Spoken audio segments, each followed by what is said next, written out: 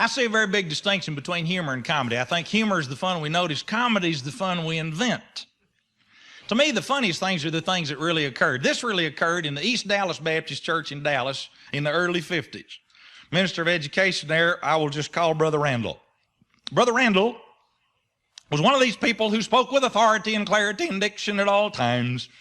And he was leading the congregation through the ministry of announcements one Sunday morning. That's when we read to you the announcements printed in the bulletin. And he was reading like the parking lot paving committee will meet Sunday afternoon at 4:30, bring a sack supper. Things of this nature.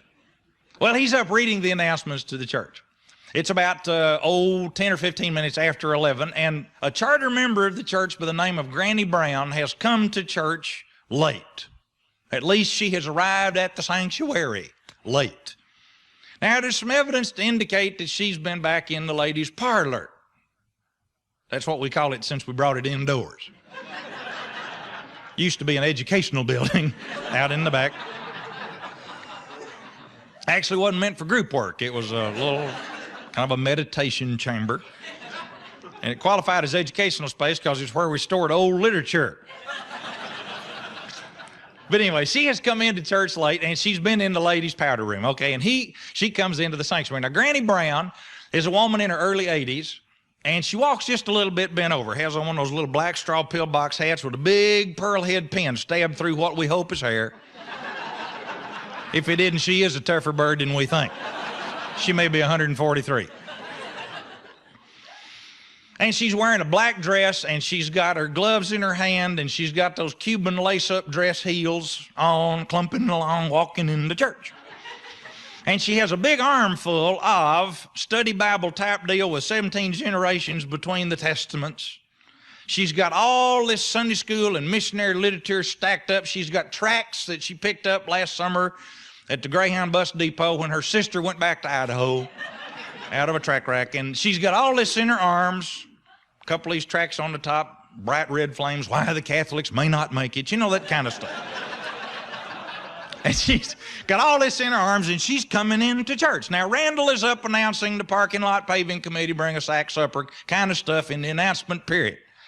Now, Granny Brown is coming down the aisle. She's been a charter member of this church for over 50 years, and she's speaking to everybody down each side of the aisle that she ever taught or has known. So here she comes, waddling and toddling, and she's saying, morning, Sally Sue, morning, Jimmy John, and she's speaking to people, and she doesn't hear well. And so she doesn't know much of what's going on. Well, she gets down to row 3.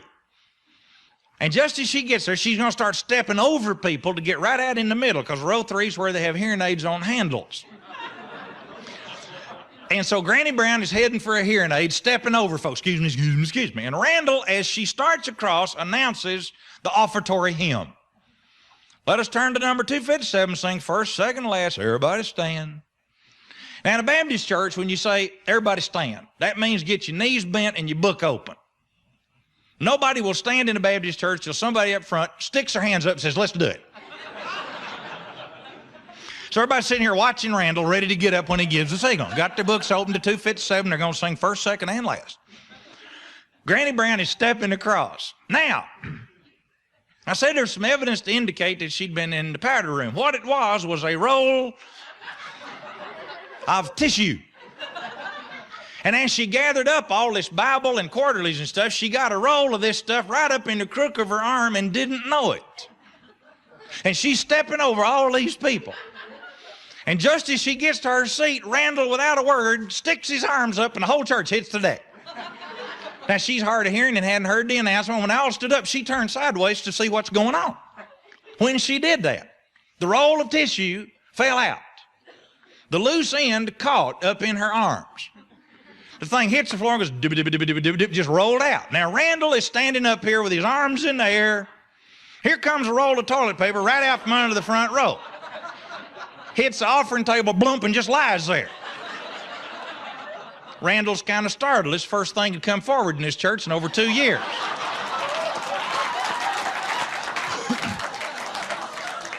And he's up here just, what is this? You know? About that time, Granny Brown saw the thing hit the floor and realized what had happened, but didn't know where it had gone. quickly puts her Bible and stuff down and starts trying to reel in the loose end.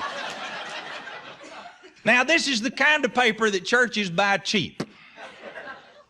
You can get a box of 100 rolls for 37 cents. You got to know karate to tear this stuff. Yeah, cut it off. And this won't break, and she's reeling it in.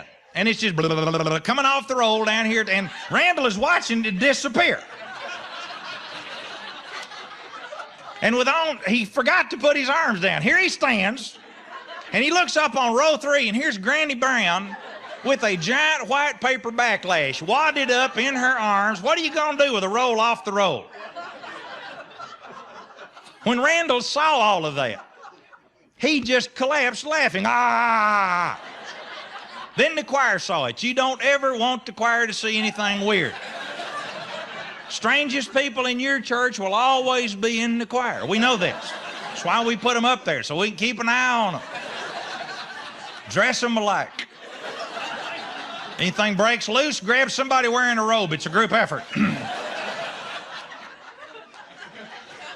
And the choir saw it. They're holding each other up. Ah, see.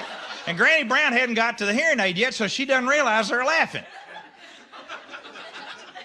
About that time, the organist finished the introduction, and they start singing, "When the roll is called, if yonder I'll be there."